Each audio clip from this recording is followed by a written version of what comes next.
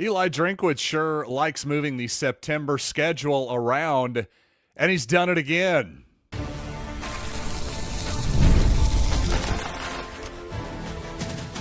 You are Locked On Mizzou, your daily podcast on the Missouri Tigers. Part of the Locked On Podcast Network, your team every day.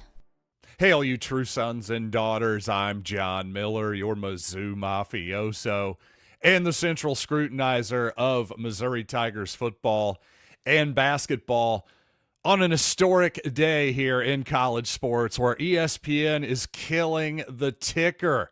Going to talk about that much later in the program, but also my confidence specifically at every position versus the start of fall camp, and with the conferences now laying down the law on pros coming back to college. Are there any Tigers affected by these new rulings?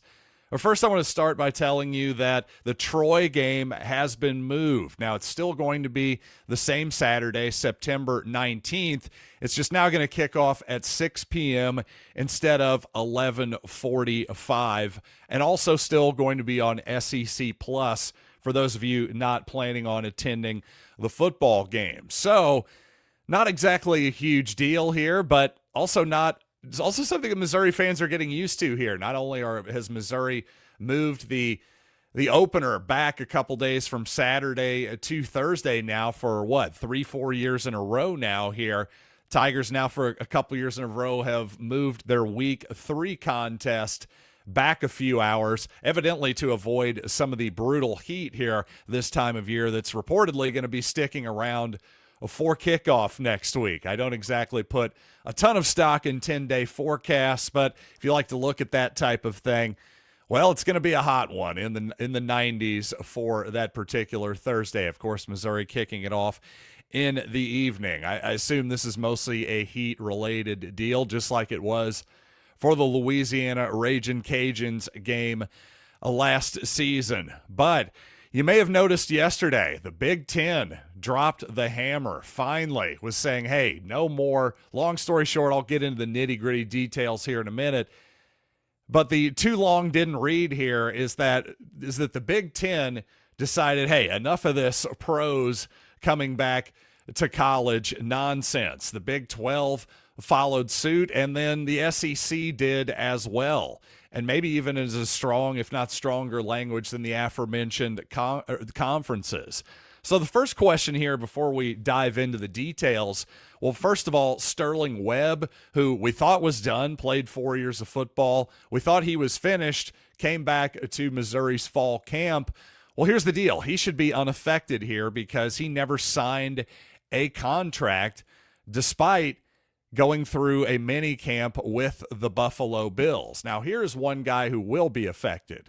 Yesterday, I made a short, by the way, apologies for not getting a regular edition of Locked On Mizzou out yesterday. I'll make it up for you in the next couple weeks here to be certain. Plenty of football to come.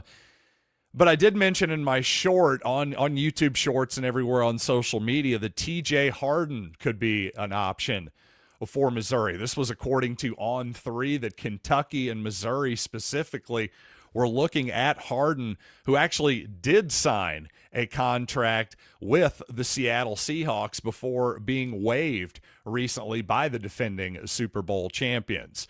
So now with the SEC, now with its new rules out, that ought to do it for Missouri's pursuit of TJ Harden. I just don't think there's any way that Missouri's going to push it so hard in this particular case, or really any case, that they're going to go against the explicit orders of Greg Sankey and the SEC. This is different, I think, than the NCAA, which just seems like a toothless organization right now.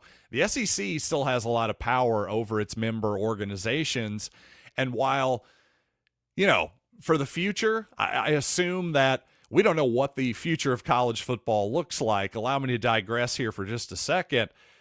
I assume all 16 members of the SEC are in pretty good standing to be in whatever the future of college football looks like. I would emphasize likely, though, and, well, some members are more likely than others. So it's not all equal. Let's put it that way. But I will say the TJ Harden saga, that should be over. And if you're wondering, why was Missouri potentially kicking the tires on a running back? Does that mean maybe Ahmad Hardy's injury is more serious than we were initially led to believe here over the last few days? I'm not really reading it that way. Ahmad did say recently, by the way, that he's not going to be back until, quote, when I'm 100%. I'm still not taking this to believe that this is a sign that Ahmad has had a setback or anything like that. If anything, I would say it's more about the running backs behind Jamal Roberts. We know what Roberts can do. We certainly know what Hardy can do when he's healthy. The rest of these guys, though, whether it's Zyshawn Edwards or a whole bunch of other newcomers, well, these guys don't have a ton of experience, especially they don't have a ton of experience specifically at the high major and SEC levels, and that's something that we know Missouri likes at every position, and running back included. Ahmad Hardy was sort of the exception to that rule with his rather exceptional talent last season. So I think if anything, that was just about exploring as much depth as possible. But of course, LSU was the one who made big headlines trying to bring back a tight end who had played at Ole Miss and who had been through NFL minicamp as well. That seemed to be sort of the final straw here. And the SEC, the Big Ten, the Big 12, well, they're all fairly aligned here, it seems like. I certainly just don't expect that teams are going to be going against their conferences here. That'd be crazy talk. I wouldn't even attempt to do that, especially for guys who would be helpful players, but not guys that you absolutely have to have either. And by the way, I've made it 2 whole days without talking about Mark Mitchell, and that streak is about to end because I'm sure some of you are curious and, of course, wondering, gee, what does this do for Mark Mitchell's eligibility? It seems like Mitchell is safe if indeed he never signed what is called an Exhibit 10 contract in the NBA. This is according to his brother/agent, by the way. Brogent? Should we call him that? But anyway, that makes sense, by the way, considering the options that became available to Mitchell. It's quite possible somebody from Kentucky told him, hey, Mark, you might not want to sign that contract. We've got some other options available here to you. But I would also point out there is an SEC bylaw that states that players cannot transfer within the conference after May 1st. So we'll see if Greg Sankey, the SEC commissioner, actually holds the line here. Now, the specific memo that was sent out here says that an SEC institution is not permitted to have an athlete on his roster who has previously declared for the NFL, NBA, or WNBA draft and did not appropriately withdraw. Now, this part doesn't really apply to Mark Mitchell either because he did not have to declare for the NBA draft or withdraw because he's not an underclassman. So that part doesn't apply to him. The second rule is signed a contract with an NFL, NBA, G League, or WNBA team, or number 3, listed on an NFL, NBA, WNBA, G League, or that type of roster. The commissioner is authorized to enforce this expectation with penalties against member institutions. This morning, according to Matt Norland of CBS Sports, he said these types of penalties can be pretty stiff, too. We're talking a half-season suspension for head coaches, SEC voting privileges revoked on business matters for the school in violation of the rule, and a hefty fine, too. We're talking as much as 50% of that school's annual operating budget. Whoa. Now that's a fine right there. The league retains the right to levy other penalties by Greg Sankey and or SEC presidents, chancellors, if necessary. So like I said, the SEC doesn't seem to be messing around anymore with this. So if you're Missouri, you're thinking about TJ Harden, I think we can throw that particular idea into the wastebasket. This time of year, of course, my fans want me to say that Austin Simmons, for example, is going to be the greatest quarterback in Tiger history. He's going to win the Heisman, all that good stuff. Come on, give me the hyperbole, monkey, that type of deal. Well, I'm not going to go that far, but I have to say my confidence for Simmons is continuing to rise. So I want to compare not only Austin, let's talk more about him, of course, but many other corners of this Missouri roster. What's my confidence now versus the beginning of camp? Let's get there in just a little bit. But first, folks, before the season even kicks off, of course, everyone is making predictions. Who's going to win the division? Who's going to make the playoffs? Who's lifting the big trophy? Well, on Kalshi, America's #1 prediction market platform, you can trade those predictions in a live market. For example, I've been talking a lot about the NFL champions. How about just the AFC championship winner? Of course, for the first time ever, Patrick Mahomes and company failed to make the AFC title game last season. You know what? The Chiefs still getting plenty of respect, though, over at Kalshi. The Bills now a 15% chance implied winner. Ravens 13%. Chiefs third in the AFC at 12%. So you're telling me there's a chance?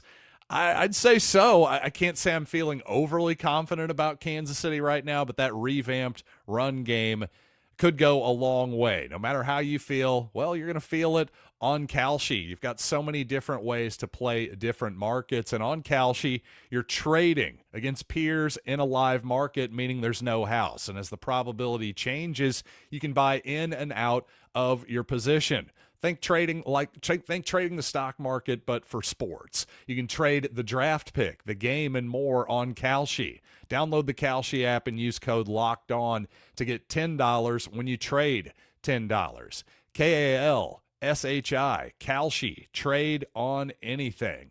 18 plus only, restrictions and eligibility requirements apply. Event contract trading involves risk and may not be suitable for all investors. Kalshi products are not available in all jurisdictions. Prices, values, and available markets differ from those mentioned. For more information, see kalshi.com/regulatory. It's tough to evaluate any position, maybe even more so the quarterback position, when you're not actually seeing things. You're just relying on what other people are telling you, what the reporters are hearing. And mostly they're not seeing practice up close and personal these days like they were in the pre-SEC era. So again, people probably want me to come out and say Austin Simmons is going to be the best quarterback in the country. I just say I think he's going to be good. I think he's going to be a big improvement over what Missouri had last season. Is he going to be perfect? No, I'm sure he won't be. I'm sure there are going to be some growing pains, but I'm also sure there's going to be some real wow moments in the first week against Arkansas Pine Bluff. Let's remember not to get too far ahead of ourselves. There are going to be quarterbacks, not just Simmons, who look really impressive early in September football, and we just need to remember, hey, let's see what these guys look like against tougher competition. I will just say this. I think this period of the off season here, I think is big for Austin Simmons' confidence, because he came in, of course, last season as the presumptive starter. I believe he was named the starter for Missouri even sooner. Correct me if I'm wrong here, for those of you who followed the Ole Miss quarterback competition with Chambliss. Maybe you can fire it up on AI for me real quick. But regardless, I think it's good for a guy who only has 2 starts, by the way, so far in his college career. The fact that he's obviously every start is going to be critical for him. Every rep is going to be critical for him. I think having the practice reps as the surefire number 1 is good for him as well. Those scrimmage reps, and yes, counterintuitively, throwing some interceptions in practice is a good thing. If he's threw 0 interceptions in practice, if that were the report, I would honestly be a little bit worried that he's being too careful. Practice is the time where you need to find the line, and sometimes the only way to find the line is to step over it. Step over it in practice, and hopefully you'll walk it perfectly in the game. I think that's the idea of the quarterback position in particular, and really just about any type of athletic endeavor. Now, as for the rest of this Missouri roster, beyond the quarterback position, yes, there are other positions on the field that matter. including the defenders who are stopping those receivers. The corners from Missouri, one of the biggest questions this offseason for me. But I'm feeling more confident than I was at the start of fall camp, mainly based on not only what the beat writers are saying, but specifically what Eli Drinkwitz has said about a couple of Oregon transfers. The Sione Alale and also Jaleel Florence battling it out, it would seem, for the number 2 spot, well, the number 3 spot as well. And it's because it seems like Chris Graves Jr. from Ole Miss so far has been what Missouri hoped he would be. He's looking the part of a number 1 corner. Missouri's done a great job of evaluating coaching corners over recent seasons, so perhaps we shouldn't be surprised at this. And it sounds like, at least according to Graves, and based on how he was sort of evaluated by Stephen Willis over at Locked On Ole Miss, I think this scheme, however Missouri is choosing to use Corey Batoon versus how he was used last year with the Rebels, I think it sounds like he's fitting in with the Tigers well. I'll just say it's one thing Missouri's done a really nice job of, I would say, especially on defense, at least since I'm thinking of that side of the ball. They do a great job of finding guys in the portal who fit what they're trying to do, what Corey Batoon and company are trying to accomplish. And that's certainly one reason why I had a decent amount of confidence in the defensive end room, despite, well, losing some real players. No doubt about that. Zion Young, a second-round NFL draft pick. Damon Wilson, a guy who was really productive for the Tigers and is now with the University of Miami. Certainly that was a blow. I don't think Missouri wanted to lose Wilson whatsoever. So it's natural to wonder, can Darius Smith and Langdon Kitchen pick up the slack? Well, we shall see. I've compared Kitchen, by the way, to Corey Schrader a few times simply because, well, they're Missouri guys who came from Division II, transferred up a level. I do wonder if maybe there's another level, sort of like, well, hey, Cody Schrader looked like a good player in 2022. He was suddenly a top 10, number 7 in the country Heisman vote getter in 2023. I'm certainly not suggesting Kitchen's going to do that, but it wouldn't be a shock if Kitchen has another level in him. Same thing with Darius Smith, who was a solid player last year as well, coming off now a couple years removed from his ACL reconstruction. He's reportedly put on maybe 20, 25 pounds of good weight, too. So here's a guy who's looking to maybe make some money on Sundays. I hope he does it, because that means, well, he's helping Missouri have a better season. So at the same time, I was kind of expecting this. I think my confidence level's about the same as it was since the start of fall camp.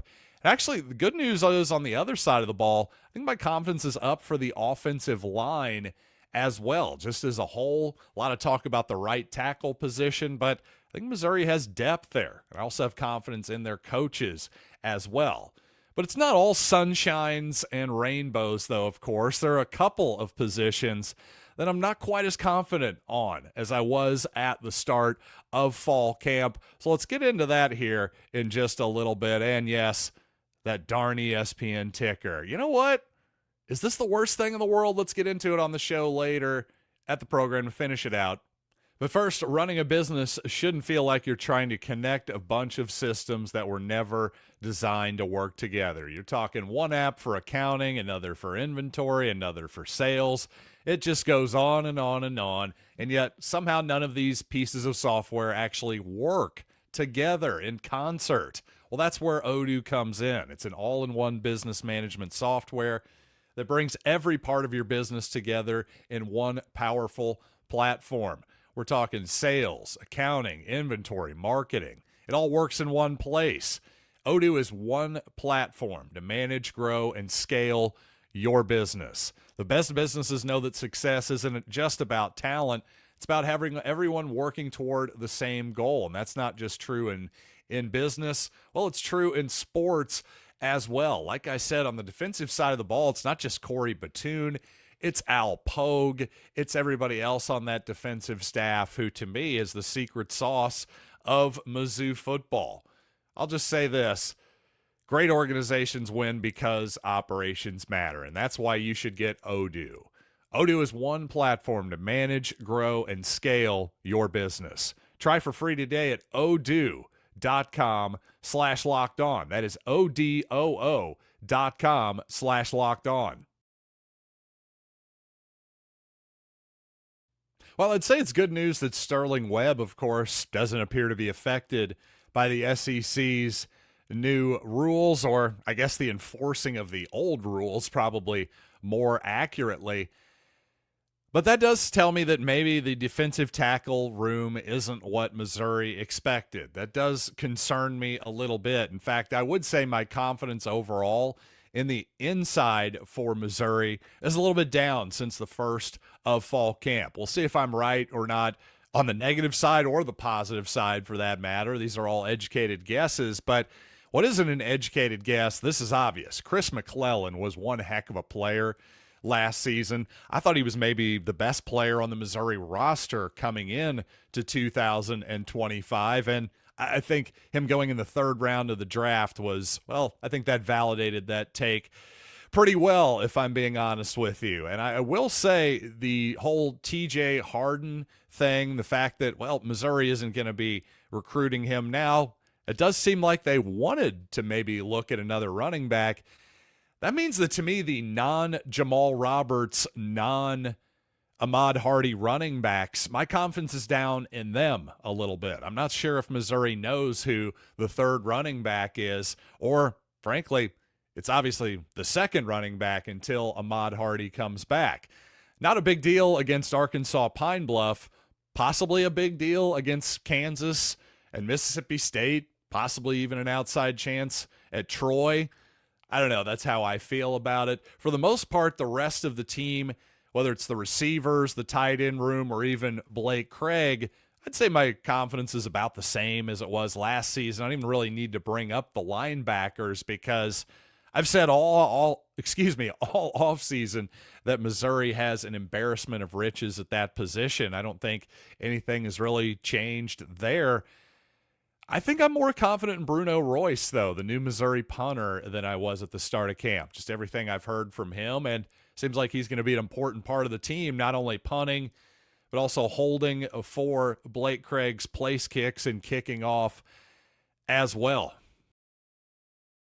And finally, on the production side of college football, it seems like ESPN is reportedly getting rid of its bottom line ticker, at least for college football games. I don't know about the rest of the day and coverage for the network, but I was amused that I saw some reactionary people online and social media and what have you saying, oh, ESPN just continues to ruin the sport and all that kind of stuff. Listen, I have my qualms with ESPN as well, but I didn't remember. I'm pretty sure I've seen, when I watch NBC football, for instance, Big Ten football, that type of thing on NBC or Peacock, or Sunday Night Football for that matter on NBC, they never have a ticker on the bottom line during the games, do they? Am I losing my mind completely? And somehow people didn't seem to lose their minds on this particular difference. Really, I think this is a move that's kind of a long time coming, or maybe this is arguably the right moment now that people like me in their basements have actual LED screens that you can customize, put whatever score bug you want up there. So if you don't care about the U.S. Open, but you do care about NASCAR and MMA or whatever it might be, maybe you only care about the SEC scores, you can just glance over and get that information instead of staring down at your phone, for example. But ever since the change to smartphones, I've just found myself looking at the ticker a heck of a lot less. Back in the day, I've been a fantasy player for, gosh, I hate to admit this, but I believe this is going to be my 31st year of fantasy football coming up here officially. Wow, that is a shocking statement to make, but I believe it's true. But regardless, after 31 years of fantasy football, I've noticed some trends over the years, which is my eyeballs during the games used to always look down at the ticker quite frequently to see, hey, how are my guys doing? You don't really have to do that anymore. If anything, it's nice just to take some of the clutter off of the screen, just move the actual scoreboard and the time down a little bit. Maybe have a little bit more room for the timeout bug so it's not so, well, confusing, at least when you first glance at most of them. I don't know. I find this to be a fairly hilarious complaint by people who are just looking to complain about something with ESPN.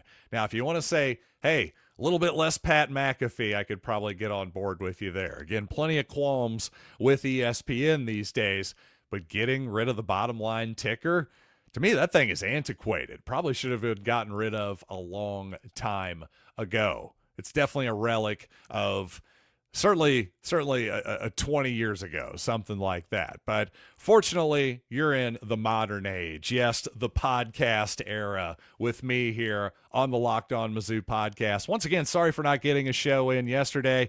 What can I say? My buddy gave me an offer that I was very hesitant to refuse. Let's put it that way. So I got myself a new truck yesterday. Ended up taking a little bit longer than I thought. Had my daughter, yada, yada, yada. Lots of excuses, blah, blah, blah, blah, blah. The point is, I'll make it up to you. We're getting 5 a week, baby, right here on Locked On Mizzou all the time through football season.